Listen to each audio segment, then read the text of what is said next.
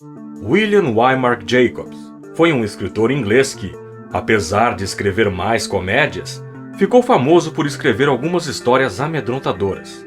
A Mão do Macaco é uma delas. Nessa história, uma humilde família recebe em sua casa um amigo, que não viam há anos, e, durante o jantar, o rapaz narra aos anfitriões as aventuras vividas em suas viagens. Numa das histórias, ele conta sobre um estranho amuleto, cujos supostos poderes acabam por despertar o interesse dessas pobres pessoas. O meu nome é Jaime Maciel, e você está no canal Domínio Público Audiolivros.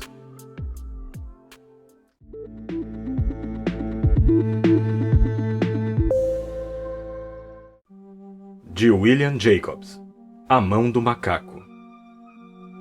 Lá fora, a noite estava fria e úmida, mas na pequena sala de Laburnan Villa, os póstigos estavam cerrados e o fogo ardia intensamente.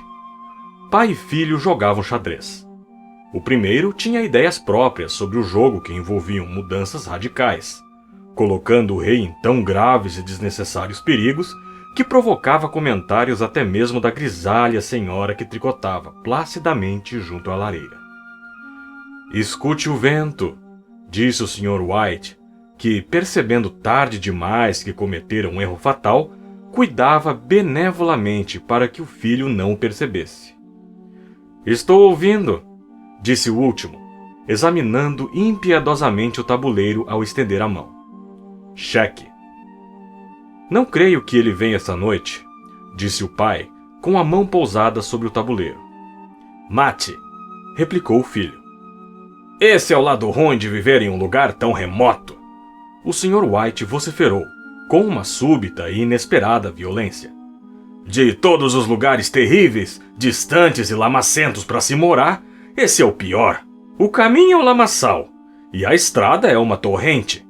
Não sei o que essa gente está pensando. Somente porque há apenas 2 casas na estrada, eles não encontram motivo por que se importar." "Não se preocupe, querido", disse conciliatória a mulher. "Da próxima vez, talvez você vença a partida." O Sr. White ergueu os olhos bruscamente, a tempo de interceptar um olhar de cumplicidade entre mãe e filho. As palavras morreram em seus lábios, e ele escondeu um sorriso de culpa sob a barba fina e grisalha. "Aí vem ele", disse Herbert White, quando o portão bateu barulhentamente e passos pesados se aproximaram da porta. O velho levantou-se com uma pressa hospitaleira. Ouviram-no cumprimentar o visitante, que retribuiu o cumprimento. A senhora White tossiu delicadamente quando o marido entrou na sala, seguido por um homem alto e corpulento, de olhos pequenos e face avermelhada. "Major Morris", disse ele, apresentando-o. O major apertou as mãos e, seguindo-se no lugar oferecido junto à lareira, observou satisfeito o anfitrião trazer uísque e copos e pôr uma pequena chaleira de cobre no fogo. Ao terceiro copo, os seus olhos tornaram-se mais brilhantes e ele começou a falar. O pequeno círculo familiar contemplava com vívido interesse esse visitante de lugares distantes, enquanto ele impertigava os largos ombros na cadeira e falava de paisagens excêntricas e feitos audazes, de guerras, epidemias e povos estranhos. 21 anos nisso", disse o Sr. White, voltando-se para a mulher e o filho. "Quando ele partiu, era um simples moço de armazém. Agora, olha só para ele." "Ele não parece ter se saído mal", disse a Sra. White educadamente. "Eu gostaria de visitar a Índia", disse o velho. "Somente para conhecer um pouco, você sabe." "Aqui você estará melhor", disse o major, sacudindo a cabeça. Deixou o copo vazio sobre a mesa e, suspirando baixinho, sacudiu de novo a cabeça. "Eu gostaria de ver esses tempos antigos, faquires, malabaristas", disse o velho. "O que foi mesmo que você começou a me contar certo dia? Acerca da mão de um macaco ou coisa semelhante, Morris?" "Nada", disse abruptamente o militar. "Ao menos nada que vale a pena ser ouvido." Mão de macaco? Indagou a Sra. White, curiosa. Bem, é apenas um pouco do que se pode chamar de magia, disse o Major bruscamente. Os 3 ouvintes inclinaram-se para a frente, interessados. Distraidamente, o visitante levou aos lábios o copo vazio e, em seguida, baixou-o novamente. O anfitrião tornou a enchê-lo. Vejam, disse o Major, mexendo no bolso. É apenas uma pequena mão, comum, mumificada. Ele tirou algo do bolso e exibiu os presentes. A Sra. White recuou com nojo. Seu filho, porém, examinou a mão mumificada com curiosidade. Mas o que é que há de especial nela? Perguntou o Sr. White, que a tomou da mão do filho e, depois de examiná-la, deixou-a sobre a mesa. Sobre ela, um velho faquir lançou um encanto, disse o Major. Um homem muito santo. Queria ele demonstrar que o destino determina a vida das pessoas e aquele que nele interferem o fazem para sua ruína. Ele lançou sobre esta mão um feitiço para que 3 diferentes pessoas pudessem formular 3 distintos pedidos. O Major falou de uma maneira tão impressionante que os seus ouvintes sentiram suas risadas soarem um tanto abaladas. Bem, e então por que o senhor não faz os seus 3 pedidos? Indagou astuciosamente Herbert White. O militar olhou para ele como as pessoas maduras costumam olhar para a juventude presunçosa. Eu já os fiz, disse calmamente o Major, e o seu rosto maculado empalideceu. E os 3 pedidos formulados foram realmente atendidos? Perguntou a Sra. White. Foram, respondeu o Major, e o copo chocou-se contra seus fortes dentes. E ninguém mais renovou os pedidos? Perguntou a velha senhora. A primeira pessoa teve, sim, os seus desejos satisfeitos, respondeu. Eu não sei quais foram os 2 primeiros pedidos, mas o terceiro foi a morte. Foi dessa maneira que eu obtive a mão do macaco. Sua entonação era tão solene que o silêncio caiu sobre o grupo. Se você conseguiu realizar todos os 3 pedidos, Morris, a mão não lhe serve mais para nada, disse por fim o velho homem. Por que então a conserva? O militar abanou a cabeça. Por simples capricho, creio eu, disse ele lentamente. Se pudesse fazer mais outros 3 pedidos, indagou o velho, olhando-o fixamente. Você os faria? Eu não sei, disse o outro. Eu não sei. O Major tomou a mão do macaco, balançou-a entre os dedos polegar e indicador e subitamente lançou-a ao fogo. White, com um ligeiro grito, abaixou-se e arrancou-a de lá. Melhor seria se a deixasse queimar, disse o militar solenemente. Se você não mais a quer, disse o velho, dê para mim. Não, disse obstinadamente o amigo. Eu a joguei no fogo. Se você quiser ficar com ela, não me culpe pelo que vier a acontecer. Lance-a novamente no fogo, como um homem sensato. O outro sacudiu a cabeça e examinou de perto o seu novo pertence. Como é que se faz o pedido? Segure-a em sua mão direita e formule o pedido em voz alta, disse o Major. Mas eu o advirto quanto às consequências. Parece as 1001 noites, disse a Sra. White, levantando-se e começando a pôr a mesa. Você não acha que poderia pedir 4 pares de mãos para mim? O marido tirou o talismã do bolso e, em seguida, todos os 3 caíram na gargalhada quando o Major, com um olhar assustado no rosto, segurou-o pelo braço. Se quer mesmo fazer um pedido, disse ele rispidamente, deseje algo sensato. O Sr. White guardou novamente o amuleto no bolso e, arrumando as cadeiras, chamou o amigo à mesa com um aceno. Durante o jantar, o talismã foi, de certo modo, esquecido, E depois os três escutaram encantados o segundo capítulo das aventuras do militar na Índia. Se a história sobre a mão do macaco não for mais verdadeira do que as que ele nos contou, disse Herbert, quando a porta se fechou atrás do convidado, a tempo de ele apanhar o último trem. Então não devemos dar muito crédito a ela. Você deu alguma coisa pela mão? Perguntou a Sra. White, olhando atentamente para o marido. Uma bagatela, disse ele, corando levemente. Ele não queria receber, mas eu o fiz aceitar. E ele insistiu novamente para que eu a jogasse fora. Sem dúvida, disse Herbert com um horror fingido. Vamos ser ricos, famosos e felizes. Pai, somente de início. Peça para ser um imperador e o senhor não mais será dominado por mamãe. Ele correu em volta da mesa, perseguido por uma injuriada Sra. White, armada com uma capa de poltronas. O Sr. White sacou a mão do macaco do bolso e olhou para ela com um ar de dúvida. Eu não sei o que pedir. Isso é um fato, disse ele lentamente. Parece que tenho tudo quanto quero. Se o senhor liquidasse o débito da casa, ficaria muito feliz, não é mesmo? Disse Herbert com a mão pousada no ombro do pai. Bem, peça então 200 libras. É justamente o que lhe falta.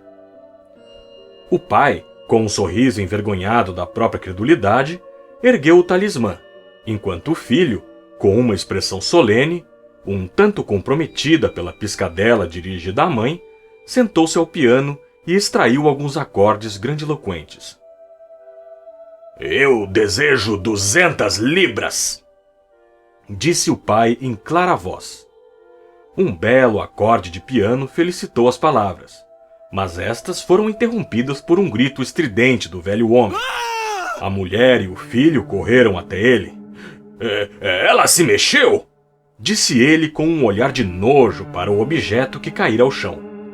Quando eu formulei o pedido, ela se contorceu em minhas mãos como uma cobra. Bem, eu não estou vendo o dinheiro, disse o filho, enquanto apanhava e a punha sobre a mesa. E aposto que nunca o verei.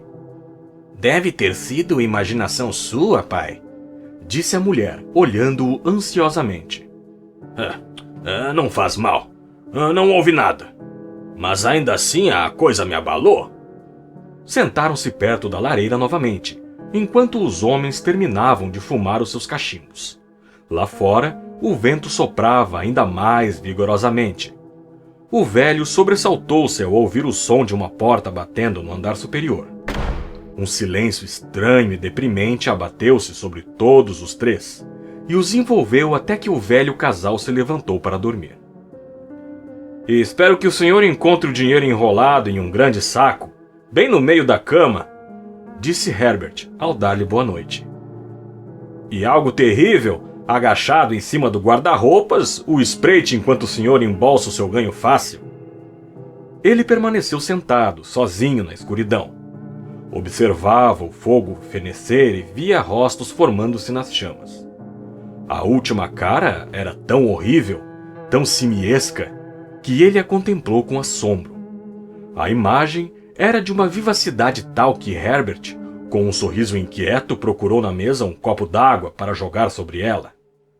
Agarrou a mão do macaco, sentindo um breve calafrio. Então, limpou a própria mão no casaco e retirou-se para a cama. Na manhã seguinte, enquanto tomava o café da manhã sob a luz do sol invernal, que pairava sobre a mesa, Herbert riu de seus temores.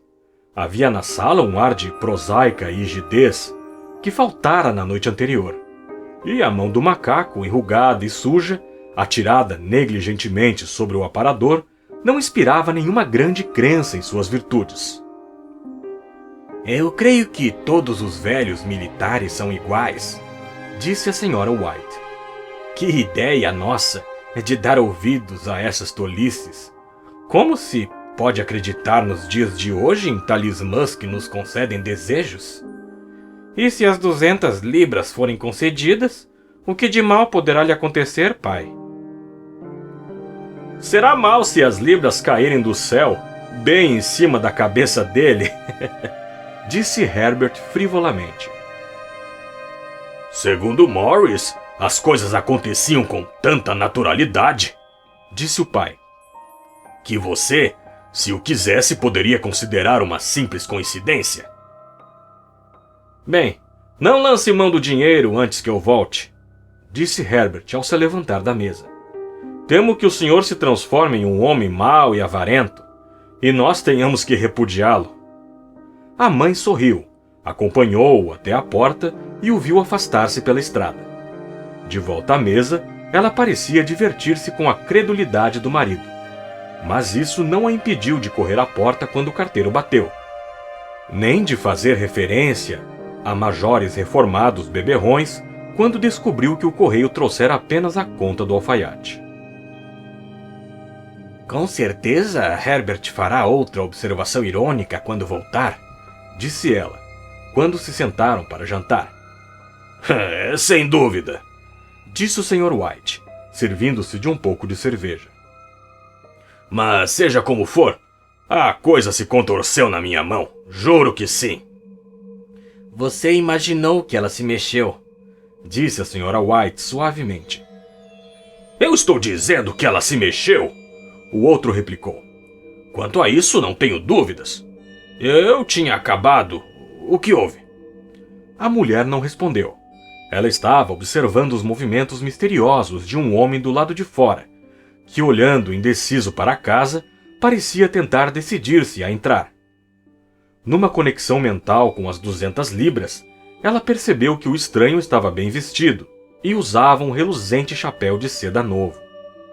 Por 3 vezes ele parou no portão e depois retrocedeu. Na 4ª tentativa, pôs a mão sobre ele e, em seguida, com uma súbita resolução, abriu-o e avançou. No mesmo momento, a Sra. White colocou a mão atrás de si, desatou apressadamente o avental e colocou esta útil peça do vestuário sob a almofada de sua cadeira. Ela conduziu o estranho, que parecia pouco à vontade, à sala. Ele a contemplou furtivamente e ouviu com um ar preocupado a velha senhora desculpar-se pela aparência da sala e pelo casaco do marido, uma vestimenta que ele geralmente reservava ao jardim. Então ela esperou, tão pacientemente quanto seu sexo permitia, que ele abordasse o motivo da visita, mas ele permaneceu a princípio enigmaticamente calado. Pediram-me que eu viesse, disse ele finalmente. Abaixou-se e extraiu um pedaço de algodão da calça. Eu venho da parte de Mal e Maggins. A velha senhora teve um sobressalto. Aconteceu alguma coisa? Ela perguntou ofegante. Aconteceu alguma coisa a Herbert? O que foi? O que foi? O marido se interpôs. Espere, mãe, disse ele rapidamente. Sente-se e não tire conclusões precipitadas. Certamente o senhor não nos trouxe más notícias, não é mesmo? Disse o velho, olhando o outro ansiosamente. Eu sinto muito, começou o visitante. Ele está ferido? Interpelou a mãe. O visitante inclinou-se assentindo. Gravemente ferido, ele disse em voz baixa, mas já não mais sente dor. Oh, graças a Deus, disse a senhora apertando as mãos. Graças a Deus, graças... Mas estacou subitamente, quando o terrível significado daquela afirmativa desmoronou sobre ela. Ela viu a confirmação de seus temores no rosto esquivo do outro.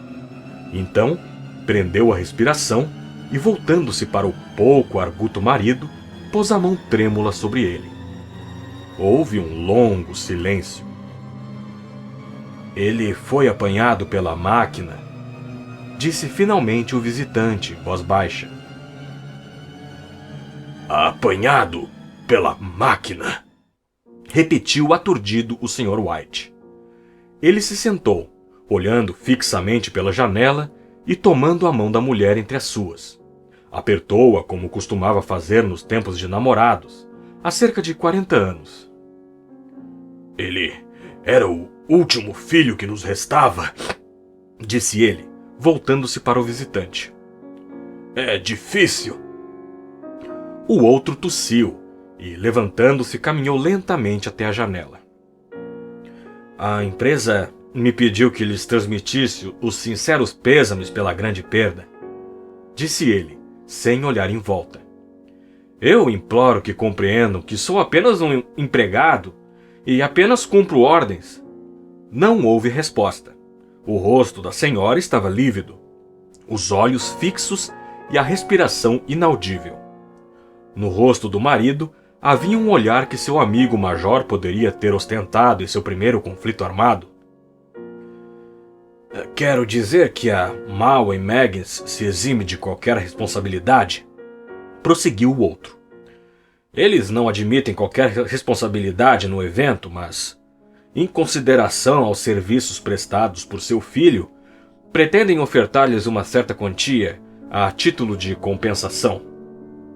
O Sr. White largou a mão da mulher e, pondo-se de pé, dirigiu ao visitante um olhar de horror. Seus lábios secos articularam as palavras.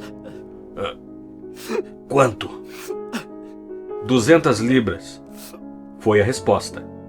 Sem atinar para o grito da esposa, o velho sorriu debilmente e estendeu a mão como um homem cego e caiu desfalecido como um fardo no chão.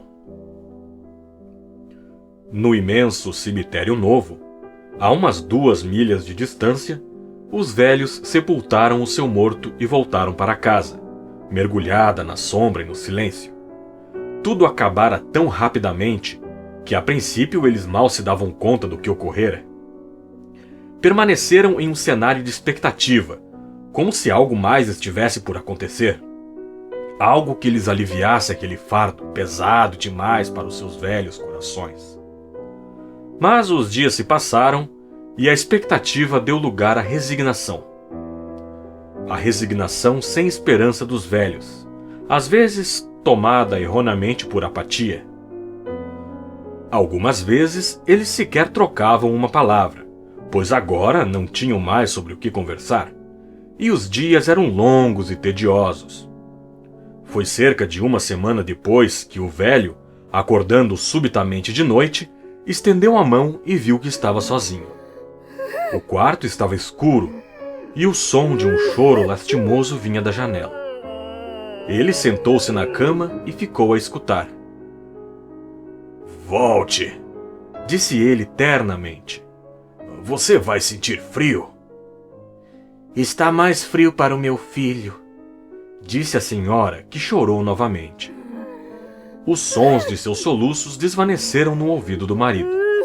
A cama estava quente e os seus olhos pesados de sono. Ele dormitou intermitentemente e depois caiu no sono, até ser acordado, com um sobressalto, pelo grito selvagem da mulher. A mão! Ela chorava descontroladamente. A mão do macaco! Ele se levantou alarmado. Onde? Onde está? O que aconteceu? Ela transpôs cambaleante o quarto, achegando-se a ele. Eu quero a mão do macaco, ela disse em voz baixa. Você a destruiu? Ela está na sala de estar, na prateleira. Ele respondeu surpreso. Por quê?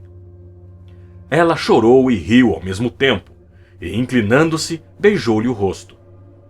Somente agora pensei nisto, disse ela histericamente. Por que não pensei nisso antes? Por que você não pensou nisso antes? Pensar em quê?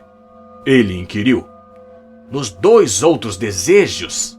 Ela respondeu rapidamente. Nós só fizemos um pedido. Não acha que foi suficiente? Ele replicou enraivecido. Não!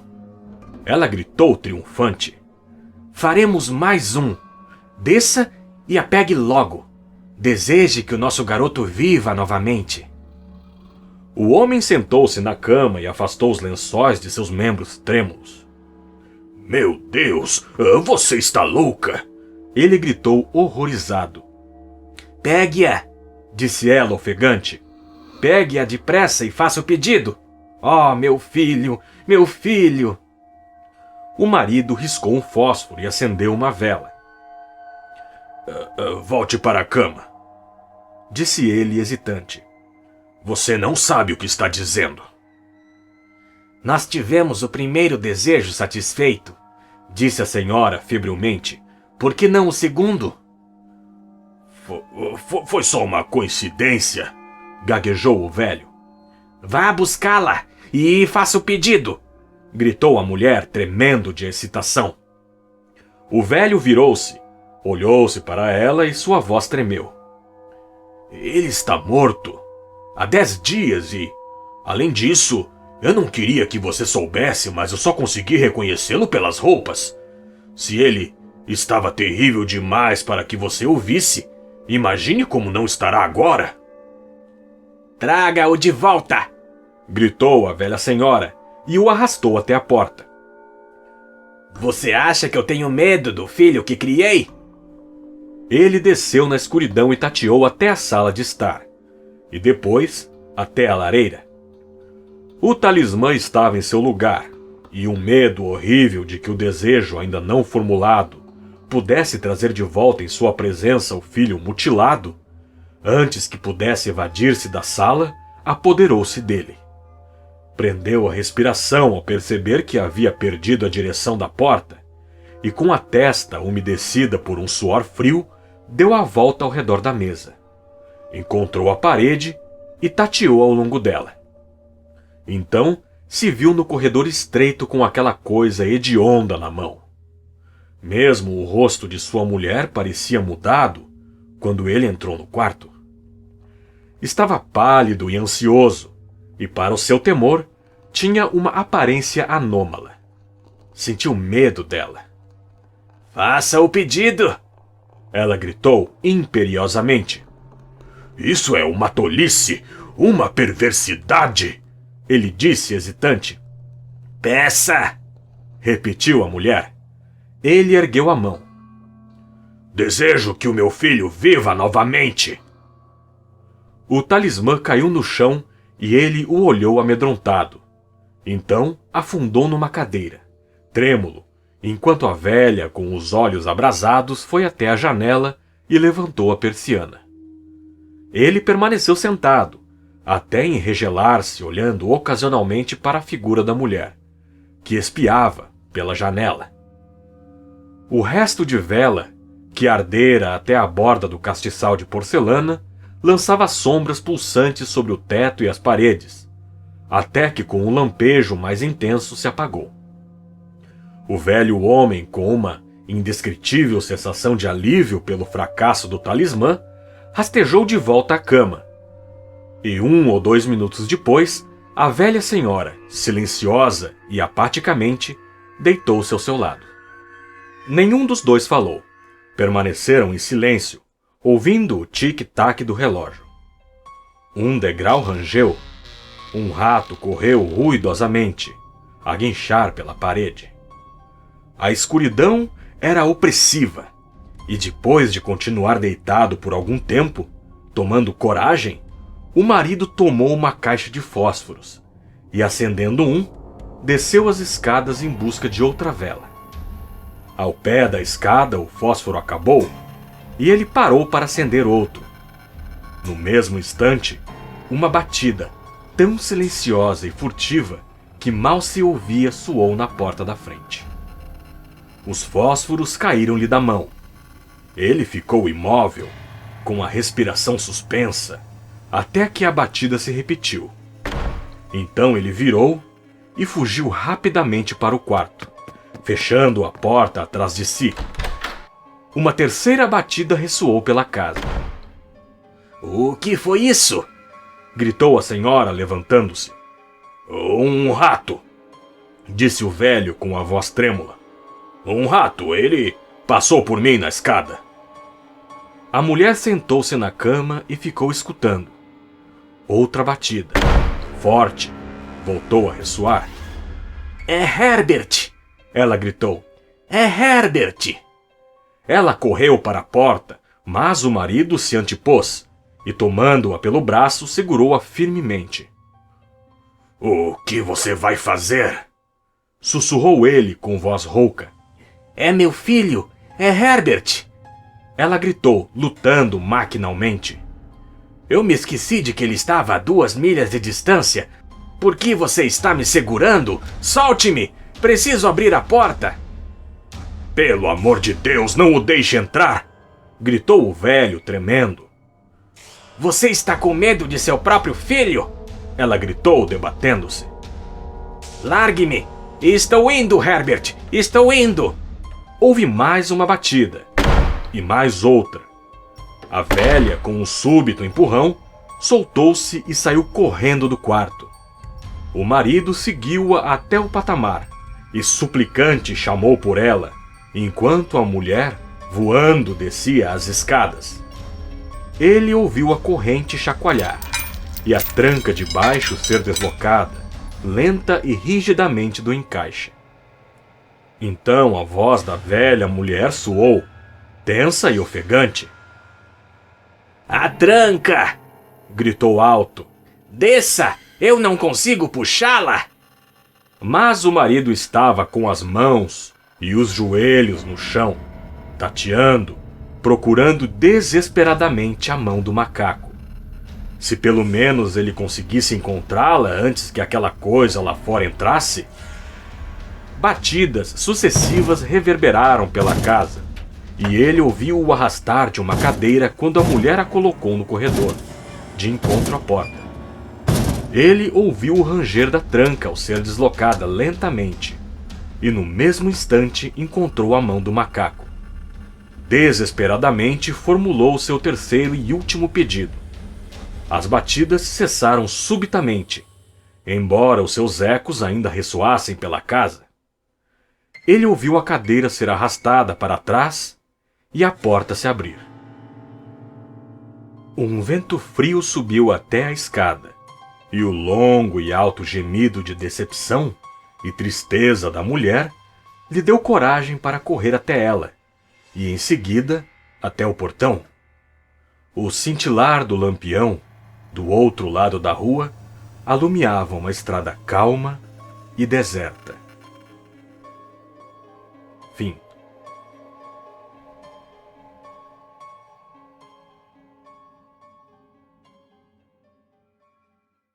Se você gostou do meu trabalho, confira os outros vídeos do canal e fique à vontade para curtir, comentar e se inscrever.